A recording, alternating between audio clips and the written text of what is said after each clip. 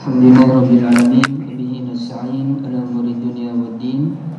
Wassalatu wassalamu ala nabiyil amin wa ala alihi wa sahbihi ajma'in. Subhanaka la ilma lana illa ma 'allamtana innaka antal alimul hakim. La haula wa la quwwata illa billah. Allahumma anfa'na bima 'allamtana wa 'allimna ma yanfa'una wa zidna 'ilma. Alhamdulillahi ala kulli hal wa na'udzu billahi min hali ahli an-nar. Amma ba'd. Datuk Nazir yang saya kasihi, Imam Muazzin, Jawatan Kuasa Sabah serta tuan-tuan dirahmati Allah sekalian, tuan-tuan dan puan-puan dirahmati Allah. Jadi alhamdulillah kita panjatkan syukur pada Allah Jalla wa Ala. Alhamdulillah saya pun syukur pada Allah walaupun dalam keadaan jalan yang agak jam ya, sempat sampai untuk salat maghrib dari awal lagi. Alhamdulillah. Semoga Allah Azza wa Jalla berikan kebaikan di atas amal ibadah yang kita lakukan insya-Allah, dan semoga diberikan balasan dengan syurga jauh daripada neraka. Baik, pada malam ni kita sambung lagi pengajian kita dalam memahami kalimah-kalimah dalam Al-Quran Al-Karim. Bagi siapa yang bawa buku jilid yang kedua, muka surat yang ke-146. Jadi malam ni ada dua isu yang ada sangkut paut dengan qiraat yang mahu kita bincangkan tuan-tuan ya. Di mana kita maklum bahawasanya dalam dunia Quran ni dia ada beberapa qiraat yang dibenarkan ya. Ada yang kata sampai 10 qiraat, Allah alam. Jadi sebagai contoh yang mudahlah, yang biasa kita dengar orang sebut dalam ayat yang ke-6 ke-5 surah Al-Hujurat, ya ayyuhallazina amanu in ja'akum fasiqun binaba'in fatabayyanu. Jadi ini contoh yang paling glamour ya. Biasanya kita baca dalam qiraat kita hafaz fatabayyanu, tapi ada qiraat lain yang membaca fatasabbatu ya. Jadi tabayyun dengan tasabbut, kedua-duanya membawa maksud yang berbeza tetapi saling perlu memerlukan antara satu sama lain. Jadi malam ni kita nak tengok satu bacaan yang lain yang kita ambil daripada surah At-Takwir ayat yang ke-8 dan ke-9 ya. Dia rujuk ayat yang ke-9 tapi saya baca mula ayat yang ke-8 lagi. Okey, baik. Surah At-Takwir, kalau Quran ni dia muka surat yang ke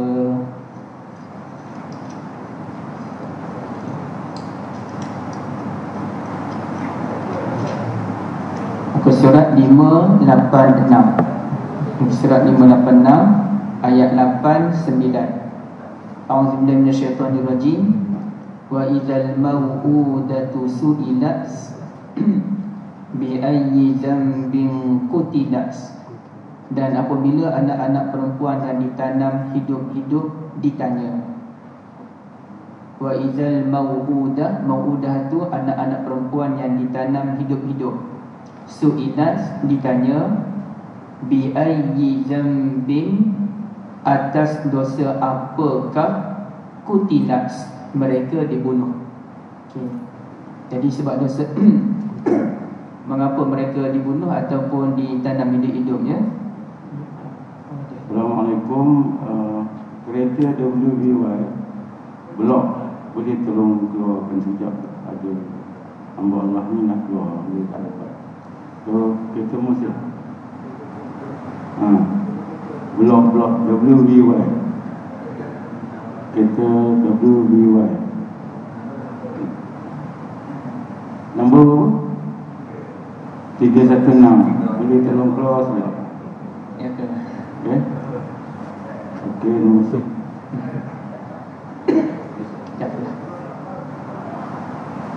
Okey, alhamdulillah dah ada.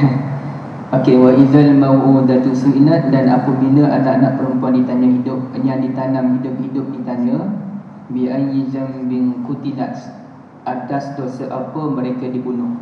Okey, sebelum kita nak tengok isu qiraat yang saya sebutkan itu, kita kena faham satu perkara dahulu tuan-tuan sekalian ya. Yang mana orang Arab dahulu memang mereka terkenal dengan budaya membunuh anak perempuan ya. Bahkan disebutkan dalam Al-Quran Karim apabila mereka mendengar khabar mereka mendapat anak perempuan, muswaddan wa huwa kazim, muka mereka ni merah kerana mereka menahan perasaan marah yang melampau. Kazim ni marah yang melampau. Jadi ibu ayah dirahmati Allah sekalian, jadi adakah semua bangsa Arab ini menanam anak perempuan mereka hidup-hidup? Kajian sejarah menunjukkan bukan semua, hanya dalam satu ataupun dua kabilah sahaja. Dan antara kabilah yang dikenal pasti ialah Bani Tamim yang jenis tanam anak perempuan hidup-hidup. Manakala bangsa Quraisy sebagai bangsa yang paling agung kalangan orang Arab, juga bangsa Adi dan kebanyakan puak, mereka tidak membunuh anak perempuan mereka. Cuma kalau ada perasaan malu kerana dapat anak perempuan, tak dapat anak lelaki, itu wujud, cuma tidak sampai membunuh. Okey. Jadi hal ini dibuktikan apabila Nabi SAW menyampaikan khutbah kepada kaum wanita semasa pembukaan kota Mekah. Jadi Nabi SAW memberikan beberapa pesan, antaranya wala yasriqna, jangan mencuri, juga wala yazni, jangan berzina.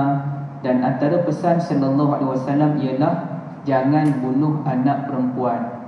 Maka seorang wanita Hindun radhiyallahu anha kemudiannya telah menyampuk kalam Nabi SAW dengan menyatakan, kami jaga anak perempuan kami sampai besar, dan bila besar orang-orang Islam lah yang ambil anak-anak kami. Okey, jadi itu menunjukkan bahawasanya orang Quraisy dan Hindun tu orang Quraisy, mereka tidak terlibat dengan budaya ataupun tabiat menanam anak perempuan. Sama juga dengan kumpulan Bani Umar, tuan-tuan ya. Umar ini terdiri daripada orang Adi, Bani Adi. Maka Umar dikenali sebagai Umar bin Al-Khattab Al-Adawi. Umar ataupun kumpulan Bani Adi, mereka tidak menanam anak perempuan hidup-hidup. Dan bukti yang jelas ialah bahawasanya Umar sendiri ada adik perempuan yang besar pun, namanya Fatimah binti Al-Khattab, yang kemudiannya dikahwini oleh Sa'id bin Zaid radhiyallahu anhuma. Dan Sa'id bin Zaid itu ialah orang yang ke-10 dijamin syurga oleh Nabi SAW secara langsung. Dan Umar sendiri, anak sulung beliau bernama Hafsah. Dan Hafsah itu pembesar, akhirnya dikahwini oleh Rasulullah SAW. Jadi Umar pun tidak terlibat dalam perbuatan yang terkutuk tersebut. Okey, baik. Tapi adalah satu dua kabilah seperti Bani Tamim, ya, terlibat dalam pembunuhan anak perempuan secara hidup-hidup. Okey, kembali pada surah At-Takwir ayat yang ke-8 dan 9 tadi. Wa idzal mau'udatu su'ilat bi ayyi dzambin qutilat. Okey, ada satu qiraat yang dia tak baca bi ayyi dzambin qutilat, tetapi dia baca lain sedikit, iaitu bi ayyi dzambin qutilat. Ada syiddah pada ta tu. Qutilat. Jadi antara ulama yang baca qutilat ialah qiraat Abu Ja'far. Kebanyakan ulama-ulama qira ataupun ulama dalam bidang qiraat ini, mereka baca qutilat. Tapi Abu Ja'far dikenal pasti membaca qutilat. Jadi tuan-tuan dan puan-puan, ibu yang dirahmati Allah sekalian, apakah beza antara qutilat dengan qutilat? Dia kaedah dalam bahasa Arab ni ataupun bahasa Al-Quran, ziyadatul mabna tadullu ala ziyadatil ma'na. Apabila ada pertambahan huruf, artinya ada pertambahan maksud. Kalau qutilat, ia hanya terdiri daripada 4 huruf: qaf, ta, lam, ta. Qutilat. Tetapi kalau kita baca qutilat, seakan-akan ta tu dia jadi 2 huruf: qaf, ta, ta, lam, ta. Qutilat. Jadi 5 huruf. Artinya bacaan qutilat ada mengandungi maksud yang lebih besar dibandingkan dengan bacaan qutilat semata-mata. Jadi kalau boleh kita sebutkan begini tuan-tuan dirahmati Allah, Kalau kita sebut bi ayyi dzambin qutilat tanpa ada syiddah pada ta, artinya atas dosa apa mereka dibunuh. Okey, itu satu. Tapi bila kita baca dengan syiddah qutilat, maka ia bererti maka atas dosa apakah ramai kalangan anak perempuan dibunuh. Jadi kutilat itu menunjukkan ramai anak perempuan yang telah dibunuh. Kalau kutilat, mengapa mereka dibunuh? Itu saja. Kalau kutilat, mengapa ramai kalangan mereka yang telah dibunuh. Jadi kita menerima kedua-dua qiraat tersebut insya-Allah. Kutilat itu bacaan yang standard. Dalam masa yang sama kita juga menerima qiraat kutilat yang menunjukkan bahawasanya ramai yang kalangan mereka yang dibunuh. Dia sebenarnya tuan-tuan dan puan-puan dirahmati Allah sekalian, dalam bahasa Arab yang begitu kompleks dia, sebenarnya dengan kita memahami dia punya bahasa dia tu, kita boleh menemui beberapa jawapan.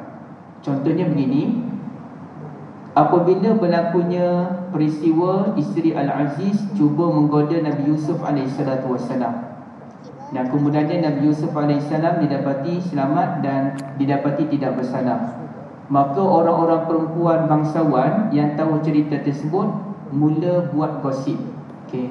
Maka timbul satu persoalan, ramaikah kaum wanita bangsawan yang terlibat dalam gosip tersebut? Jadi macam mana kita nak cari jawapan dia? Jadi mungkin jawapan tu boleh dicari melalui kitab-kitab Israiliyat. Mungkin ada tak sumber Israiliyat tunjuk berapa ramai yang gosip isteri Al-Aziz dan juga Nabi Yusuf AS. Baik. Tapi sebenarnya Al-Quranul Karim telah pun memberikan jawapan, iaitu Al-Quran menyebutkan wa qala niswatun fil Madinah, dan berkatalah niswah, wanita-wanita di kota tersebut, imra'atul azizi turawidu fataha an nafsi, isteri Al-Aziz telah menggoda anak bujangnya. Baik. Niswah dalam bahasa Arab berarti beberapa golongan wanita yang jumlahnya sekitar 3 hingga 10 orang. Dia takkan lebih daripada 10 orang. Jadi hanya dengan kita memahami perkataan niswah, tahulah kita bahawasanya yang duk gosip tu kalau paling tinggi pun 10 orang, paling tinggi. Tapi di antara tu nak antara 3 ke 10 orang, dia takkan lebih daripada 10 orang. Kerana itulah maksud perkataan niswah. Jadi itu kalau kita fahami bahasa Arab dan konteks yang betul lah tuan-tuan ya. Baik, itu contoh yang pertama. Contoh yang kedua kita lihat dalam surah Ibrahim ayat yang ke-50. Surah Ibrahim ni saya muka surat 261 ya, 261 ayat 50 ni ayat yang ketiga terakhir. Tapi untuk memahaminya kita bermula dengan ayat yang ke-49 ya. Wa taral mujrimina yawma idzin muqarranina fil asfad sarabiluhum min qatiranin wa tarsha wujuhahumun nar. Ya, surah Ibrahim ayat 50 muka surat 261. Dia muka surat terakhirlah, ayat yang hujung dah surah Ibrahim. Pada hari itu kita tengoklah keadaan orang-orang yang melakukan jenayah. Apa balasan terhadap orang yang melakukan jenayah ni ataupun dosa kepada Allah Azza wa Jalla? Sarabiluhum, pakaian-pakaian mereka. Sarabil ni pakaian yang macam mana ya? Saya pun terlupa nak buat semakan. Tapi dia bukan pakaian yang ni. Yang jubah ni kita tak panggil sarabil. Yang ni kita panggil sebagai al-libas. Dan kemudiannya ada sebahagian tuan-tuan yang mungkin pakai pakai kopiah, pakai serban ke, ataupun kalau kaum ibu pakai selendang, itu dipanggil sebagai asyab ataupun as-saub. Sarabil ni nak kena cek balik dia pakaian jenis macam mana. Jadi dia bukan pakaian-pakaian yang macam kita ni ya. Pastilah pakaian itu pakaian untuk menghina mereka, bukannya pakaian yang menutup aurat. Sarabiluhum, pakaian-pakaian mereka itu min qatiran, na'udzubillah, dibuat daripada minyak tar ya, min daripada qatiran, minyak tar. Wa taghsha wujuhahumun nar, dan wajah-wajah mereka diliputi jilatan api neraka. Jadi pakai baju yang dibuat daripada minyak tar ni, bayangkanlah minyak tar yang kita buat jalan tu dipakaikan kepada ahli neraka, kemudiannya dipanaskan pula dengan api. Jadi kesannya memang tak dapat dibayangkan. Na'udzubillah minan nar. Jadi dalam keadaan mereka diberikan pakaian untuk menambahkan azab mereka tersebut, wajah-wajah mereka taghsha. Taghsha ni kan biasa kita baca ayat walaili idza yaghsha. Yaghsha ni menutupi. Demi malam apabila ia mula menutupi. Sekarang dah mungkin tutup. Tapi kalau kita lihat di kaki langit masih ada cahaya merah. Nanti dia makin tutup. Bila maghrib dah hilang cahaya merah. Tak lama kemudian hilang cahaya putih. Kemudian makin gelap. Sampai ke muncaknya sampai masa wa min syarri ghasiqin idza waqab tu, tengah malam tu. Okey, baik. Jadi tuan-tuan ibu yang dirahmati Allah, yaghsha ni meliputi ataupun semakin menggelap. Makin gelap, makin tutup. Samalah dengan wajah-wajah penghuni neraka nanti, na'udzubillah min zalik. Mereka ditutupi, diliputi oleh jilatan api neraka. Baik. Dan ini komen daripada Muhammad At-Tahir Ibn Ashur di dalam kitab beliau At-Tahrir wa Tanwir. Pakaian mereka dibuat daripada minyak tar, kerana itulah kemuncak kepanasan yang akan dirasai oleh mereka. Itulah pakaian mereka sebelum memasuki neraka, sebagai permulaan azab sebelum dimasukkan ke dalam neraka, ya. Okey, sehinggalah akhirnya masuklah dalam neraka, ya. Okey, tapi tuan-tuan sekalian, dan juga ada sedikit lagi penerangan daripada Ar-Razi. Okey, Ar-Razi sebut daripada ayat itu maka kita faham ada 4 jenis azab yang Allah Ta'ala timpakan kepada penghuni neraka. Azab yang pertama ialah laz'ul qatirani wa hurqatuh, kepanasan minyak tar ataupun pakaian itu sendiri. Jadi bila diberikan pakaian minyak tar, itu sudah dikira sebagai azab yang amat pedih. Yang kedua ialah wa isra'un nar fi juludihim. Apabila diberikan pakaian qatiran tadi, maka bakaran api akan lebih cepat menjilat badan mereka, habis semua terbakar. Nauzubillah. Yang ketiga ialah walaunul wahash, warna yang amat menakutkan. Dia yang keempat wa natnur rih, pakaian tadi akan menimbulkan bau yang amat busuk. Artinya kalau kita katakan kena api semata-mata dah busuk dah, tapi bila diberi pakaian qatiran minyak tar tadi, maka ia akan menghasilkan bau yang lebih busuk lagi. Jadi ini merupakan 4 azab berganda yang telah disediakan oleh Allah Azza wa Jalla kepada al-mujrimun, iaitu orang-orang yang melakukan jenayah, ya. Baik. Jadi sekarang ni kita nak tengok kepada isu qiraat, tuan-tuan sekalian. Ibadah yang mata Allah, ada 2 qiraat rupa-rupanya di sini. Qiraat yang pertama baca tadilah, iaitu qatiran, perkataan qatiran. Sarabiluhum min qatiran. Qatiran itu ialah pakaian dibuat daripada minyak tar tadi. Okey, qatiran, pakaian minyak tar. Tapi ada qiraat lain dia tak baca qatiran, ya. Antaranya Ibn Abbas, Abu Hurairah radhiyallahu anhum, dan juga beberapa tabi'in seperti Al-Hasan Al-Basri, Muhammad bin Sirin. Mereka membaca kitrian, ya, kitrian. Okey. Kitrian ini artinya sarabiluhum min kitrian. Kalau tadi sarabiluhum min qatiran kita baca, ini sarabiluhum min kitrian. Tapi ada juga yang kata bukan kitrian tapi qatirin an. Antara dua itulah, kitrian ataupun qatirin an. Ada kitab yang saya tengok dia kata bacaannya kitrian. Ada kitab yang dia sebut qatirin an. Wallahu a'lam, kita ambillah kitrian. Jadi ada 2 di sini. Satu qatiran. Qatiran ialah minyak tar, pakaian dibuat daripada minyak tar. Manakala kitrian apa maksudnya? Okey, kitrian. Kitrian ini ibu yang dirahmati Allah merupakan gabungan antara 2 perkataan. Kalau qatiran satu perkataan je. Tapi kalau kitrian, ia ada 2 perkataan. Satu perkataan kitir sendiri ataupun qatir. Yang kedua perkataan an. Jadi kitri atau qatirin satu, an yang kedua. Kitri ni apa maksudnya tuan-tuan sekalian? Kitri ialah tembaga. Tembaga pun benda yang boleh membahayakan kita lah. Bila tembaga tu dipanaskan, letak pada badan, iaitu merupakan satu azab yang besar. Dan an pula bermaksud kepanasan yang melampau, kemuncak panas. Jadi kalau kita baca sarabiluhum min kitrian, artinya pakaian-pakaian mereka dibuat daripada tembaga yang dibakar sepanas-panasnya. Okey, saya lambat Kalau qatiran, sarabiluhum min qatiran, pakaian mereka dibuat daripada minyak tar. Kalau dibaca sarabiluhum min kitrian, pakaian-pakaian mereka dibuat daripada kitri, tembaga, yang dibakar sepanas-panasnya. Okey, baik. Jadi apa hujah untuk menyokong pendapat yang baca kitrian atau qatirin ini tuan-tuan sekalian? Iaitu ada satu ayat Al-Quran,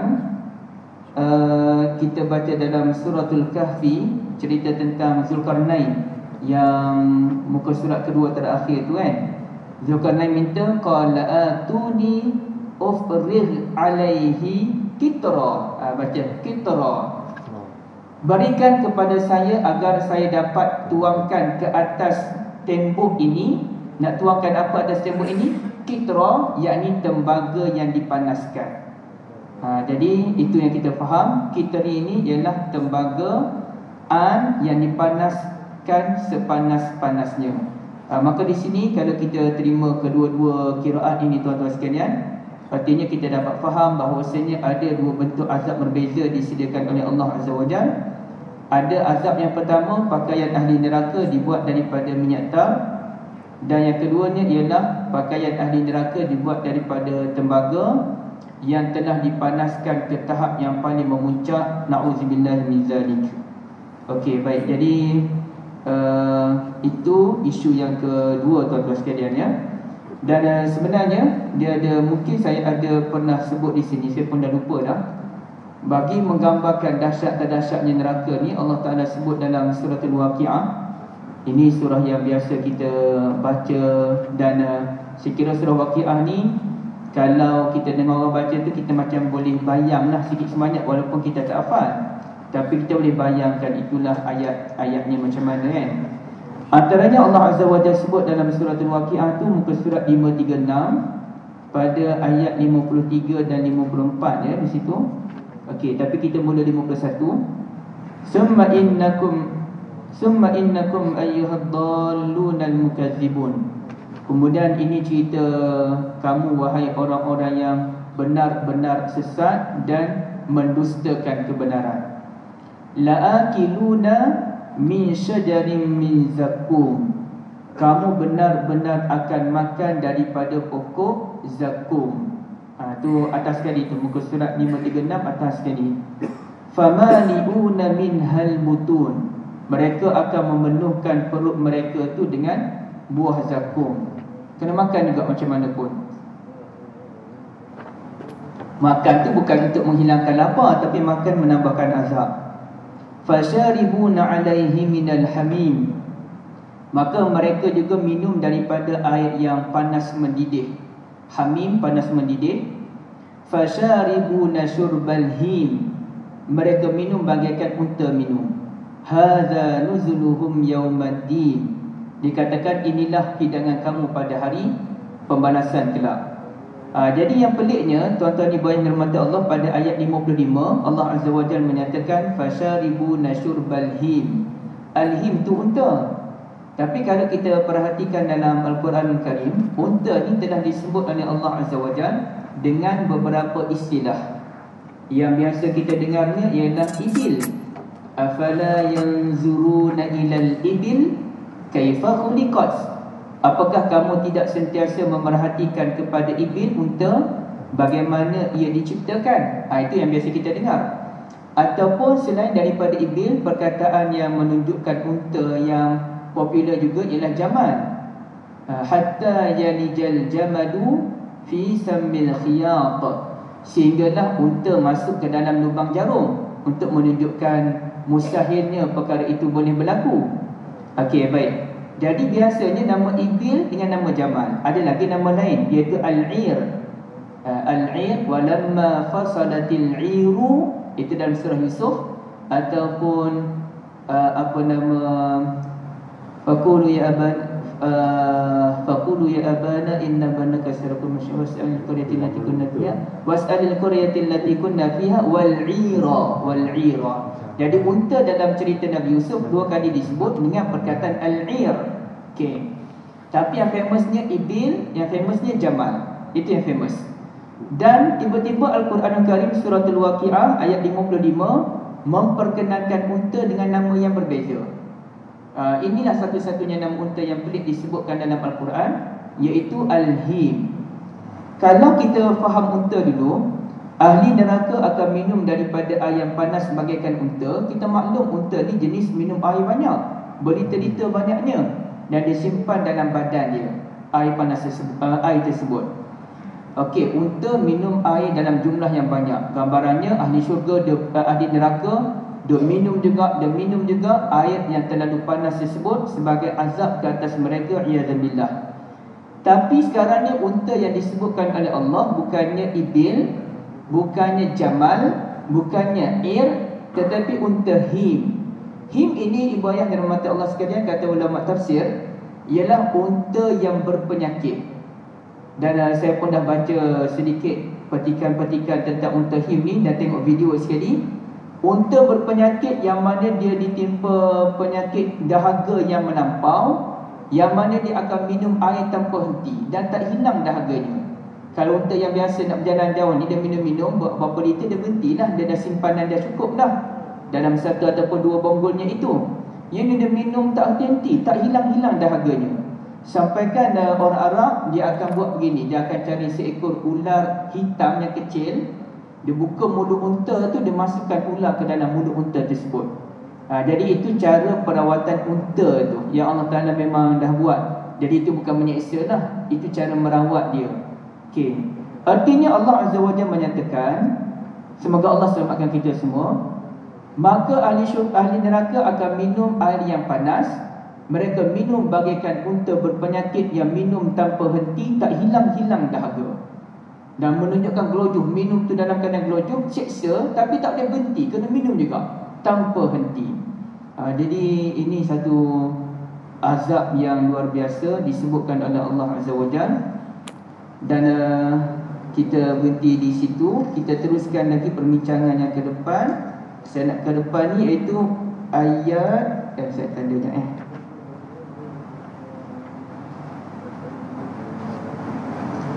Suratul Baqarah ayat 95 dan dibandingkan dengan Suratul Jumu'ah ayat 7. Okay. Kita buka dulu surah Al-Jumu'ah, kita tanda dulu.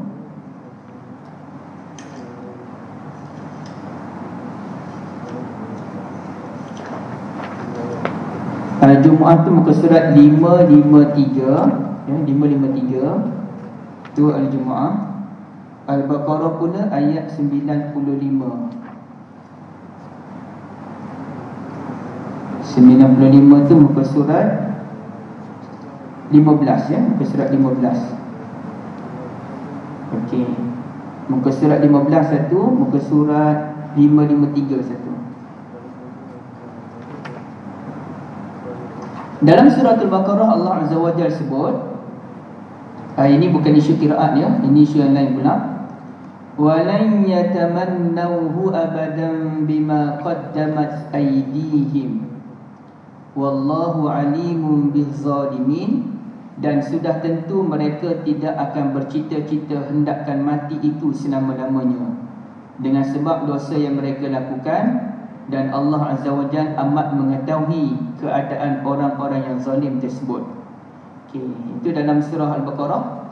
Dalam surah Al-Jumu'ah pula ayat yang ke-7, muka surat 553, wala yatamannawnahu abadan bima qaddamat aydihim wallahu alimun bizzalimin. Dan mereka sama sekali tidak bercita-cita hendakkan mati disebabkan kejahatan-kejahatan yang mereka lakukan. Allah tahu benar perihan orang-orang yang zalim itu. Jadi apa cerita? Kadang-kadang kita jumpa ayat macam ni kan pening juga.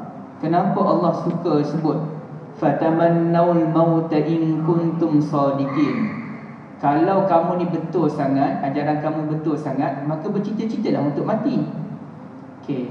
Dan Allah Ta'ala kemudiannya kata mereka takkan berani bercita-cita untuk mati kerana mereka tahu mereka buat dosa.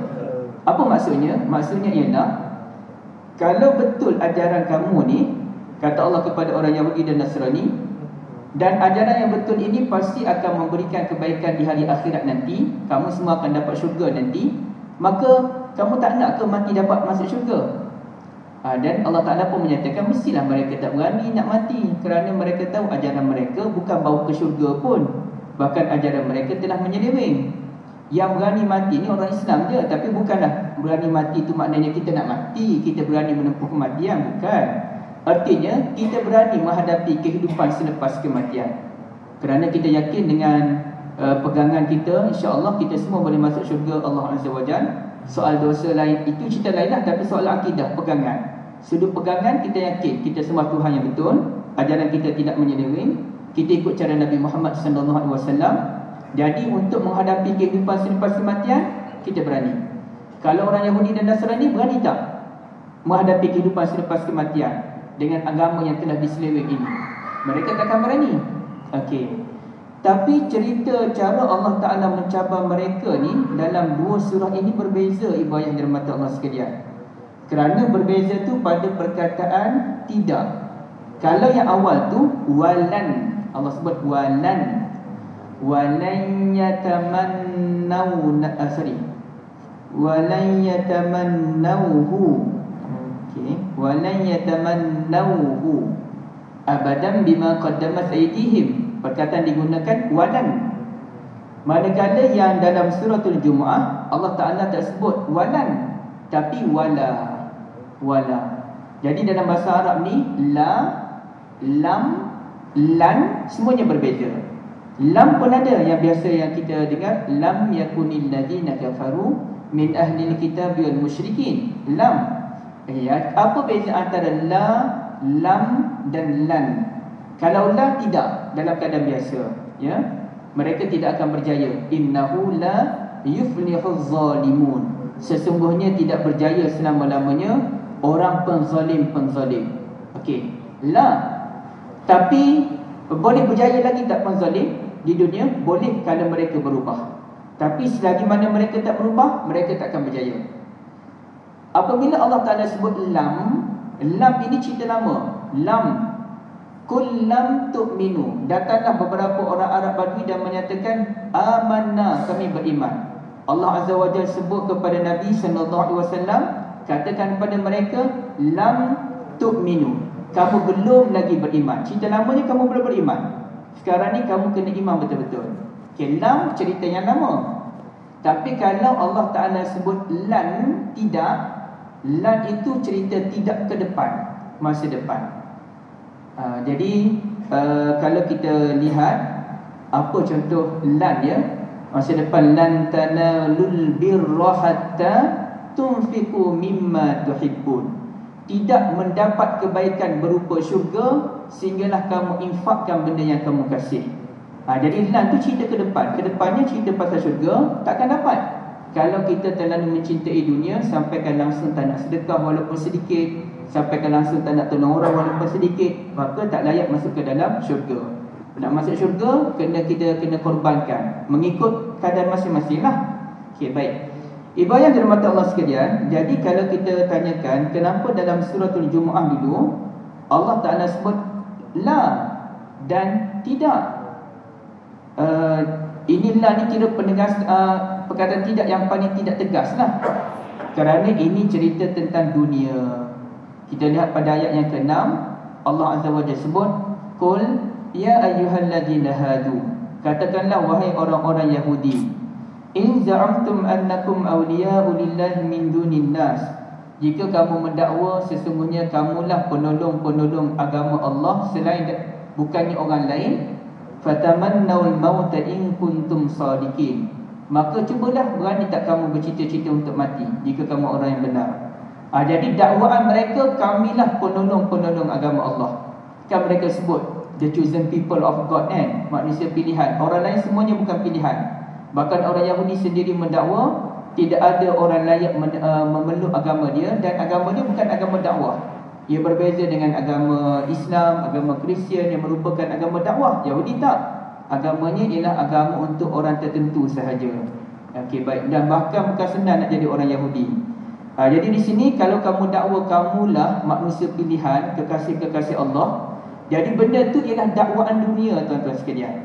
Bila dakwaan itu bersifat keduniaan, maka Allah balas balik wala. Perkataan penegasannya wala, dan mereka tidak. Okey. Satu. Tapi dalam surah Al-Baqarah lain ceritanya, ibu yang dirahmati Allah sekalian.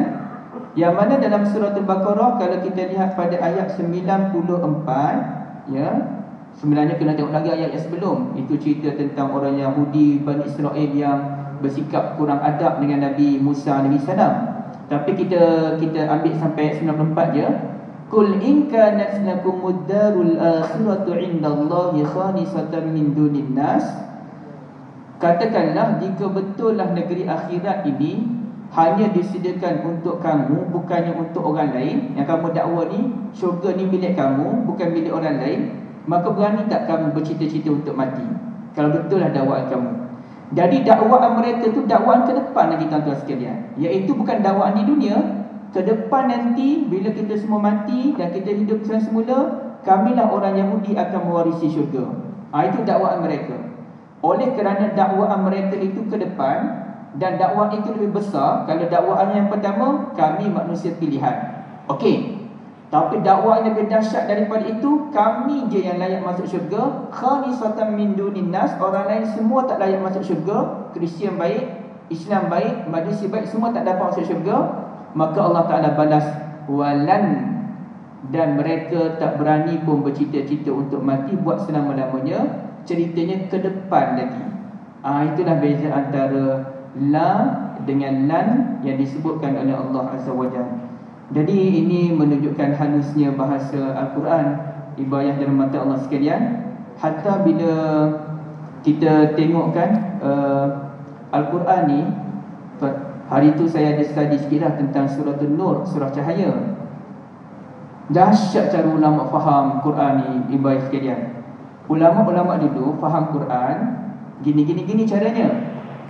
Tapi datang ulama-ulama kemudian, dah baca dah semua tafsir tu, baca tafsir ni, baca tengok, mereka boleh keluarkan lagi beberapa mesej yang pelik-pelik dalam Al-Quran Al-Karim, yang amat-amat memberi pengajaran pada kita. Tapi sebelum tu, berapa minit lagi tu Haji?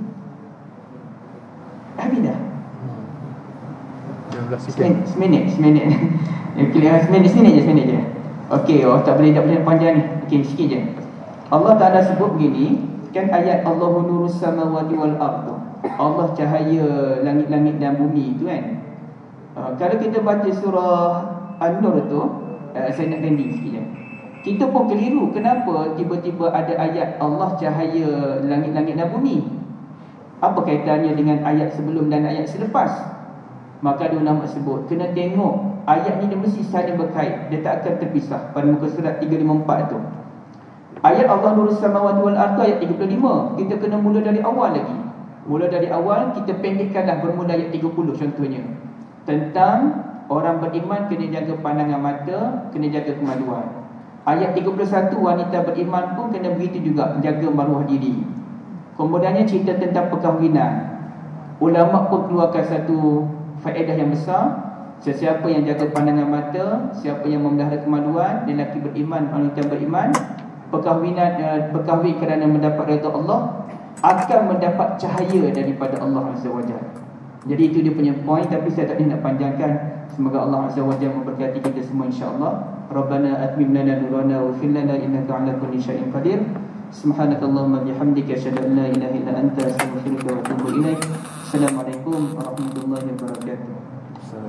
Ini boleh patang ni. Ini kodi dulu.